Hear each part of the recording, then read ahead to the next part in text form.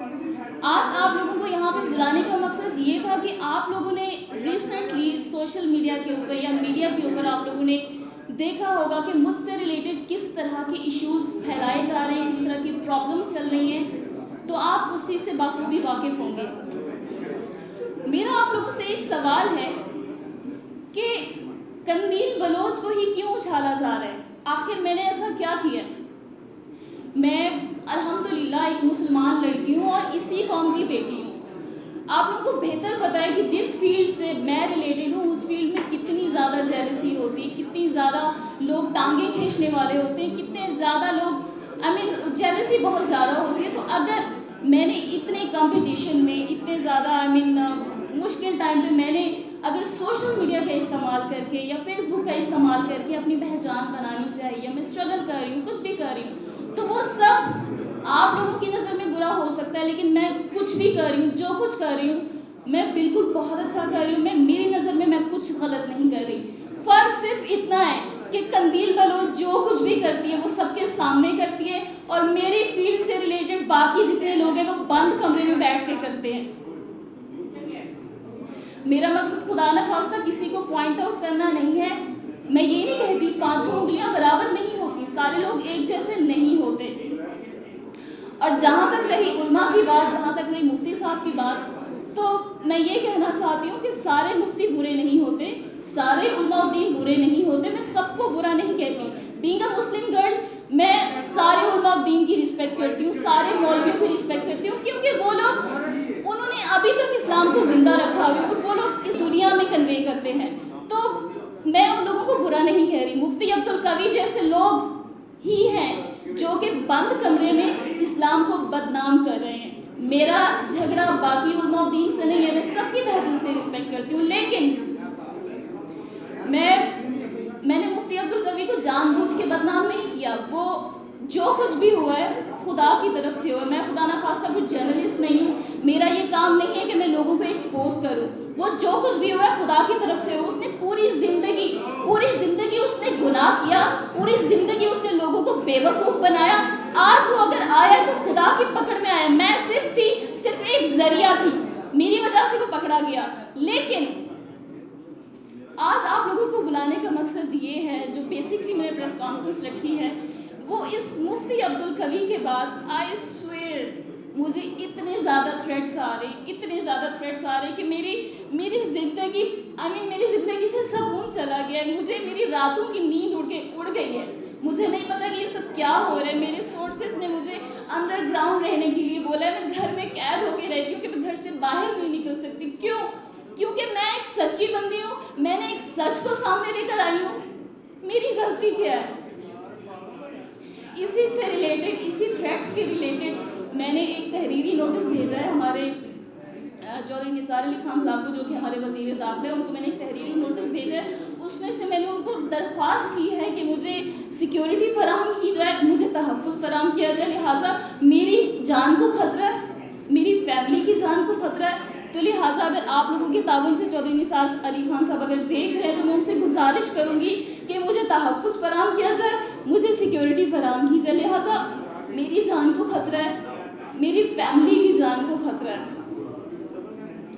اسی سے ریلیٹڈ ایک اپلیکیشن میں نے DGFIA کو دی ہے، وہ اس لیے کیونکہ آپ لوگوں نے دیکھا ہوگا کہ میرے پرسنل ڈاکومنٹس، میرا شناختی کارڈ، میرا لیگل شناختی کارڈ، میرا لیگل پاسپورٹ سوشل میڈیا کے اوپر اس طریقے سے اچھالا جا رہا ہے جیسے کہ میں لاوارث ہوں، میرا جیسے حق ہی نہیں ہے اس ملک میں سکون سے رہنے کا، تحفظ سے رہنے کا۔ کیوں ڈفرینٹ قسم کی سٹوریز بنائی جا رہی ہیں؟ میں صرف یہ جاننا چاہتی ہوں کہ وہ کون شرپسند عناصر ہے کہ جنہوں نے میرے خلاف یہ مہم چلائی، مطلب ان کو کس نے رائٹ دیا ہے کہ میرے لیگل ڈاکومنٹس کو سوشل میڈیا کے اوپر وائرل کیا جائے؟ یہ کس نے کیا؟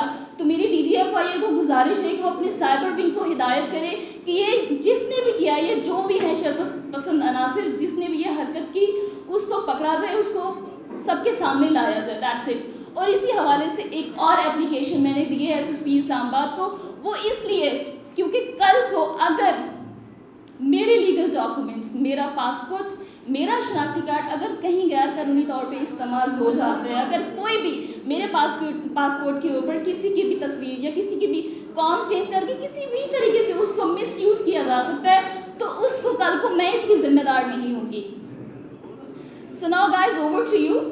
میں جو اپلیکیشنز ہیں وہ میرے پاس موجود ہیں. جس کو اس چیز کی کاپی چاہیے ہوگی وہ میرے پاس موجود ہے، وہ لے سکتا ہے. نا اوور ٹو یو. اگر کسی نے اس سے سوال کرنا ہے تو ان سے سوال کر سکتا ہے. آپ کہہ رہی ہیں کہ میں نے کچھ نہیں کیا. اگر آپ نے کچھ نہیں کیا تو پھر سائمہ ہے، ریما ہے، ریشم ہے، ان کے پیچھے تو کوئی نہیں لگتا. آپ کیا ہیں؟ آپ کے پیچھے کیوں سارے پڑ گئے ہیں؟ آپ کو کس نے کہا تھا مفتی کے کمرے میں جائیں، اس کی کیپ پہنیں، اس کے ساتھ ویڈیو بنائیں؟ حرکتیں جو ہیں وہ آپ کی خود کی. میری حرکتیں کوئی اس طرح کی نہیں ہے. مفتی غلط تھا. مفتی کا جو چہرہ میں نے بند کمرے میں دیکھا، اس کے بعد میں نے ڈیسائیڈ کیا تھا کہ مفتی کو کس طرح سے لوگوں کے سامنے لے کر آنا ہے. اس کا جو مکرو چہرہ ہے، اس کا جو نقلی چہرہ ہے، وہ بند کمرے میں بیٹھ کے اسلام کو بدنام کر رہے ہیں. میرا کام تھا، اسی ٹائم پہ مجھے الہام آیا تھا. میرا کوئی غلط مقصد نہیں تھا. میں اس لیے نہیں گئی تھی. مجھے نہیں پتا تھا کہ مفتی مجھے کیوں بار بار بلا رہے ہیں. میرا جو کام تھا میں نے کر دیا. آگے میں نے پہلے بھی بولا ہے کہ میں جرنلسٹ نہیں ہوں. میرا کام نہیں ہے لوگوں کو ایکسپوز کرنا. وہ مجھے جو بہتر لگا میں نے کر دیا. بٹ اس کا مطلب یہ نہیں ہے کہ مجھے اب ڈفرینٹ ذرائع سے تھریٹس آ رہے ہیں. مجھے کبھی افغانستان سے کال آ رہی ہے، مجھے کبھی میلز آ رہی ہے، مجھے واٹس ایپ کال آ رہی ہے. میرا کیا قصور ہے؟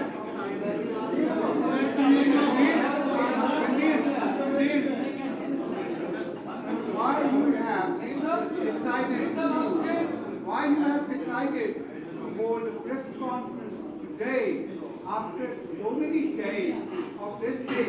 It has been all over the country, on every television, on all the social media, and everybody knows what happened and details about you and Mufti Saab and all. After all these days, میں نے آج کی press conference let me tell you, میں نے آج کی press conference اس لیے رکھی ہے کہ میری جان کو خطرہ ہے. مجھے ڈفرینٹ ذرائع سے تھریٹس آ رہی ہیں، مجھے واٹس ایپ کال آ رہی ہے، مجھے میلز آ رہی ہیں. مجھے نہیں پتا کہ وہ لوگ کون کال کر رہے ہیں. میں نے پہلے بھی آپ کو بولا تھا کہ میں نے ایک تحریری نوٹس نثار علی خان صاحب کو بھیجا ہے.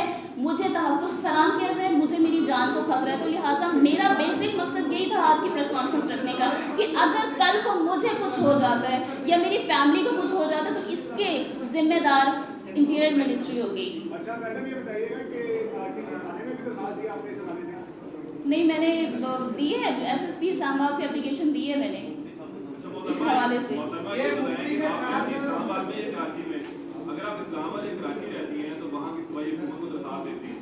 آپ اسلام آباد میں درخواست دے کر لاہور کی پریس کانفرنس کرنے کا مطلب کیا ہے؟ دیکھیں، اسلام آباد میں نے اس لیے اپلیکیشن ساری دی ہے بیکاز میرے پاسپورٹ کے اوپر اور میرے شناختی کارڈ کے اوپر اسلام آباد کا ہی ایڈریس ہے اور میں نے اپنا پاسپورٹ اور شناختی کارڈ میں نے اسلام آباد سے ہی بنوایا تھا. لہٰذا مجھے بہتر لگا کہ مجھے اسلام آباد میں ہی اپلیکیشن ساری دینی چاہیے. بیکاز لاہور میں ابھی ان دنوں میں لاہور میں موجود تھی تو مجھے بہتر لگا کہ میں لاہور میں یہ پریس کانفرنس کر لوں.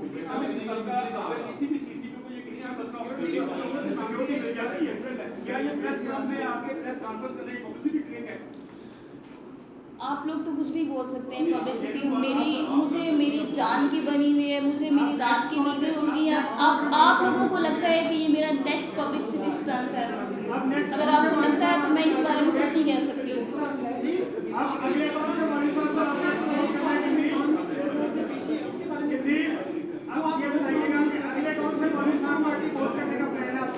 دیکھیں، مجھے کسی پیشی کا نہیں پتا، مجھے کسی کیس کا نہیں پتا. لہٰذا مجھے اس چیز کا ابھی نوٹس نہیں آیا. دیکھیں، مجھے اس چیز کا فی الحال ابھی کوئی نوٹس نہیں آیا اور اگر آئے گا تو میرے ایڈوائزر اور میرا لائر اس چیز کو ہینڈل کر لیں گے. ایک سوال کا جواب دیجیے، اب کون سے مولوی صاحب کو ایکسپوز کرنے کا پلان ہے آپ کا؟ دیکھیں، میں پہلے بھی بول چکی ہوں کہ میں کوئی جرنلسٹ نہیں ہوں. میرا کام نہیں ہے لوگوں کو ایکسپوز کرنا. میں ایک آرٹسٹ ہوں.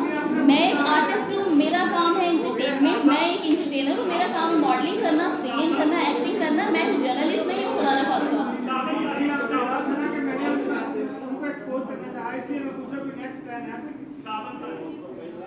اچھا یہ کہیں کہ یہ مولوی صاحب سے سیلفی وغیرہ بنانے کے بعد ہی آپ کو فرینڈس وغیرہ ملیں گے، اس سے پہلے بھی کبھی ہوئی ہے؟